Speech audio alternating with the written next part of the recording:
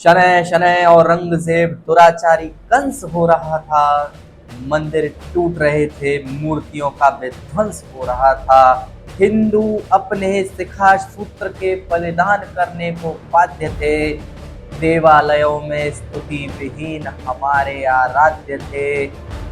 आर्य कुमारियों की चित्कारों से गूंजते बादशाहों के हरम थे। शिशु ललनाओं को भी नहीं बख्शा, ये जालिम इतने बेशर्म थे। तब सनातन धर्म ध्वजा फहराने जीजाबाई का वो लाल आया था।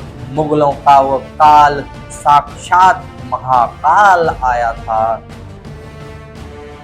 तो इस प्रकार की जब घटनाएं उस पूरे दक्कन में होने लगी, तब वो जो पुकार मानव हृदय के अंदर से, आम जनता के हृदय से पुकार निकल रही थी, उस पुकार के कारण और वो समय पहुंचता है जब माता जीजाबाई प्रसव की पीड़ा को सहती। माता जीजाबाई ने वो प्रसव की पीड़ा सही ताकि इस भारतवर्ष की, भारत माता की पीड़ा को कोई दूर करने वाला आ सके, कोई उसे दूर कर सके।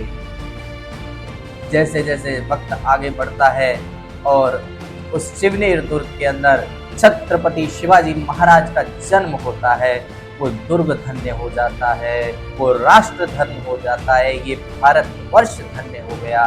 जिन लोगों ने उस शिशु को देखा वो लोग धन्य हो गए।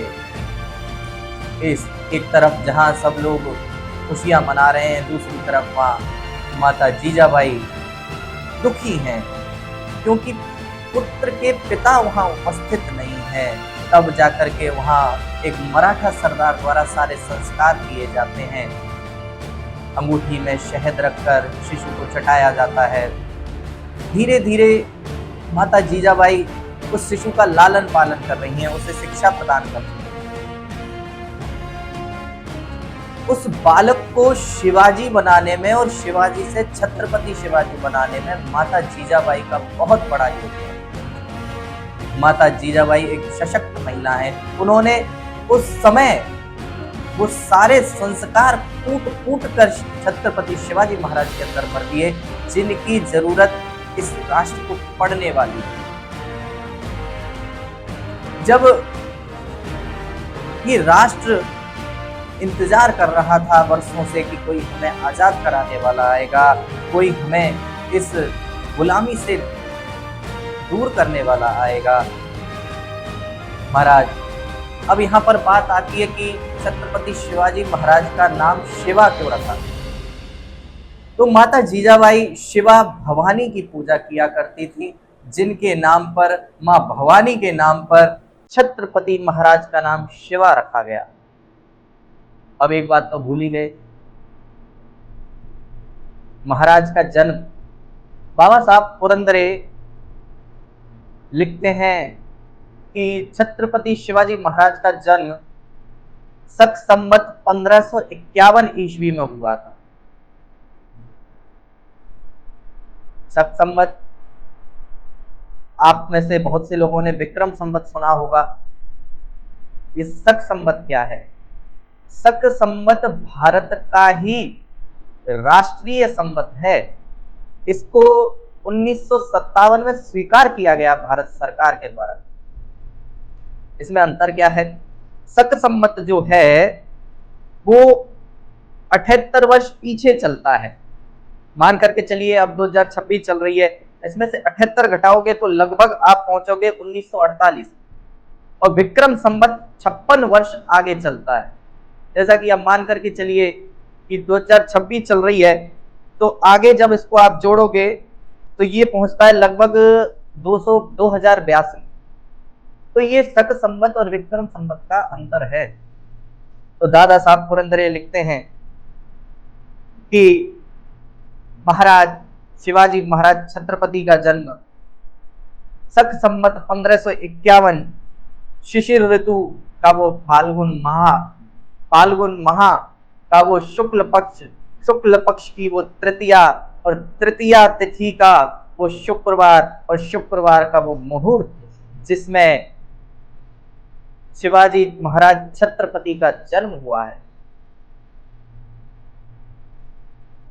ऐसे ही इस कड़ी में आगे लिखते हैं, अगर आप 1551 को शक संवत के हिसाब से अगर आप देखोगे तो ये करीबन समय पहुंचता है 1629 से 30। लेकिन और जो इतिहासकार हैं, जैसे कि आप यदि डेविस टिनकेयर को पढ़ोगे, यदुनाथ सरकार को पढ़ोगे, तो वो तिथि देते हैं 16 अप्रैल 1627 की। यानी कि डेनिस टिनकेयर जो अंग्रेज इतिहासकार हैं और सर यदुनाथ सरकार जो है वो तिथि देते हैं 16 अप्रैल 1627 की। अब यहाँ पर एक और थोड़ा सा द्वंद्व है। महाराष्ट्र सरकार जो शिवाजी महाराज की जयंती की छुट्टी देती है वो आपकी देती है 19 फरवरी को। तो यहाँ पर थोड़ा सा तिथि को लेकर के 1630 और 1627 के मध्य में थोड़ा सा द्वंद्व है। 19 और यहाँ पर 19 फरवरी और 16 अप्रैल के मध्य में थोड़ा सा द्वंद्व है। तो इन द्वंद्वों के बाद भी अधिकतर जो इतिहासकार हैं वो 1627 को ही सही मानते हैं। तो ये रही छत्रपति शिवाजी महाराज के जन्म की तिथि को लेकर के जो द्वंद्व इतिहासकारों के मध्य में है उसकी चर्चा। अब हम आगे बात करते हैं। धीरे धीरे वो शिशु जिसका जन्म हुआ है वो बड़ा हो रहा है, उस शिवनेर दुर्ग में अपनी शिक्षाएं प्राप्त कर रहा है। माता जीजाबाई यहाँ पर छत्रपति शिवाजी महाराज को शिक्षाएं दे रही हैं, उनका लालन पालन कर रही हैं। एक समय ऐसा आता है जब महाराज की आयु 6 वर्ष की है और उस समय एकदम से इस शिवनेर दुर्ग पर एक संकट आन पड़ता है। क्या संकट आन पड़ता है कि यहाँ पर मुगलों ने अपनी छावनी बना ली है त्र्यंबकेश्वर महादेव मंदिर में, और वहां से मुगल सेनापति चारों तरफ दौड़ रहे हैं, खोज कर रहे हैं। यहाँ पर खोज महाराज शाहजी महाराज की नहीं की जा रही है, यहाँ पर खोज की जा रही है शाहजी महाराज के परिवार की, क्योंकि शाहजी महाराज इस समय बीजापुर दरबार में पहुंच चुके हैं और मुगल चाहते हैं कि यदि शाहजी महाराज का परिवार हमारे हाथ लग जाएगा तो हम उन्हें कमजोर कर सकते हैं। इसी कड़ी में आगे एक गद्दार द्वारा सूचना दे दी जाती है माता जीजाबाई की। तब मुगल सेनापति दौड़ पड़ते हैं उस दुर्ग के ऊपर। जैसे ही माता जीजाबाई को पता लगता है कि मुगल सेनापति आ रहे हैं तो मुगल सेनापतियों के सामने माता जीजाबाई जाकर के आत्मसमर्पण करती। तो देखो क्या उत्तम उदाहरण, क्या कमाल की बात की माता जीजाबाई ने। माता जीजाबाई को पता था कि पार नहीं पड़ेगी, इसीलिए उन्होंने छत्रपति शिवाजी महाराज को कुछ मराठा सरदारों के साथ में जंगल के रास्ते से शिवनेर दुर्ग से निकाल दिया और स्वयं ने जाकर के आत्मसमर्पण कर दिया मुगलों के सामने, जिससे मुगल इधर उधर छानबीन ना करें, जिससे छत्रपति शिवाजी महाराज को थोड़ा समय मिल जाए। कहते हैं छत्रपति शिवाजी महाराज कुल 3 वर्षों तक जंगल में और आसपास भटकते रहे। यहीं पर इन्होंने भेष बदलने की वो कला सीखी, जिस कला के कारण, जिस कला में ये इतने माहिर थे कि यदि कहीं भीड़ में चले जाए तो कोई इन्हें पहचान नहीं सकता था। इस प्रकार ये अपना वेश बदल सकते थे। इस वेश बदलने की कला के कारण कई मुहिमें महाराज ने जीती और आगरा से निकलने में भी यही कला छत्रपति शिवाजी महाराज के बहुत काम आई। धीरे धीरे समय गुजरता है और कुछ मराठा सरदार जो हैं माता जीजाबाई को मुक्त करा देते हैं। मुक्त कराने के बाद में और माता जो है मिलने आती हैं अपने पुत्र से। अब यहाँ समय आ पहुंचा है 1636 का।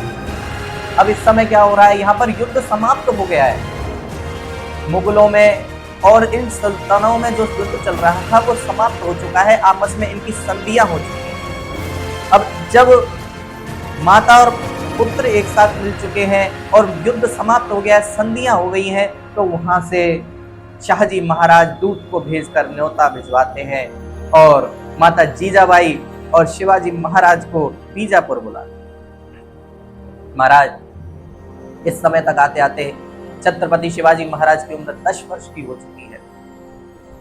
ये शिवाजी महाराज जैसे ही पहुंचते हैं बीजापुर शहर के सामने तो देखकर चकाचौंध रह जाते हैं, क्योंकि अभी अभी ये जंगलों से आए हैं, पहाड़ों से उतर करके आए हैं। अभी तक सारी जो कथाएं हैं, जो बातें हैं वो माता से सुनी हैं, देखी नहीं है, महाराज सामने देखते हैं कि किस प्रकार यहाँ पर लोग स्वतंत्र रूप से जी रहे हैं, किस प्रकार सम्मान पूर्वक लोग जी रहे हैं। और महाराज यहाँ पर देखते हैं कि किस प्रकार शक्तिशाली हिंदू यहाँ पर स्वतंत्र रूप से जी रहा है, सम्मानित होकर जी रहा है, निर्भय होकर जी रहा है। तो ऐसा जीवन वो आम जनता क्यों नहीं जी सकती, वो किसान क्यों नहीं जी सकते, ये सवाल महाराज के मन में कौन उठता है। मुसलमान तो जैसा भी है वो तो जी रहा है महाराज, लेकिन जो ताकतवर हिंदू हैं, जैसे कि शाहजी महाराज एक ताकतवर सेनापति है, मोरोपंत एक ताकतवर सेनापति है, तो ये अपने तरह से जी रहे हैं महाराज। तो जैसे ही अंदर देखते हैं तो महाराज को घुड़सवारी का बड़ा शौक है, क्योंकि अभी अभी पहाड़ों से उतरे हैं और खुले मैदान में जैसे ही आए हैं, महाराज छत्रपति शिवाजी महाराज इस समय घुड़सवारी में पारंगत हो रहे हैं। और एक दिन अपने कुछ सरदारों के साथ में शिवाजी महाराज घुड़सवारी के लिए निकलते हैं।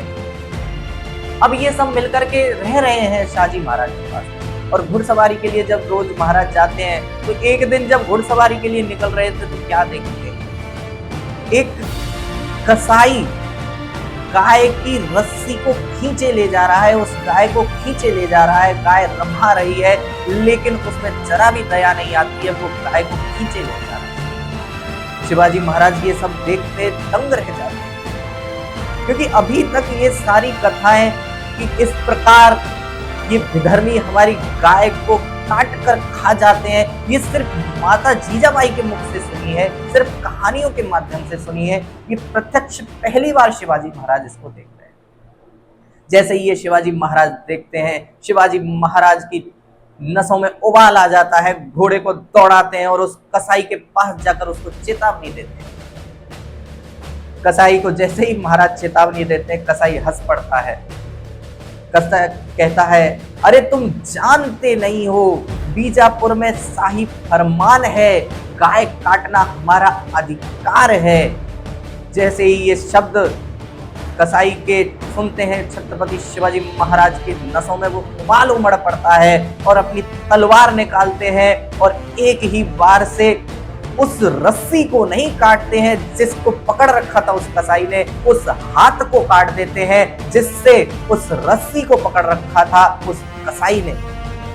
जैसे ही उसके हाथ को काटते हैं, शिवाजी महाराज सब सन्न रह जाते हैं और गर्जना करके बोलते हैं, अरे शुक्र करो मैंने सिर्फ तुम्हारा हाथ काटा है, तुम्हारी गर्दन नहीं काटी है।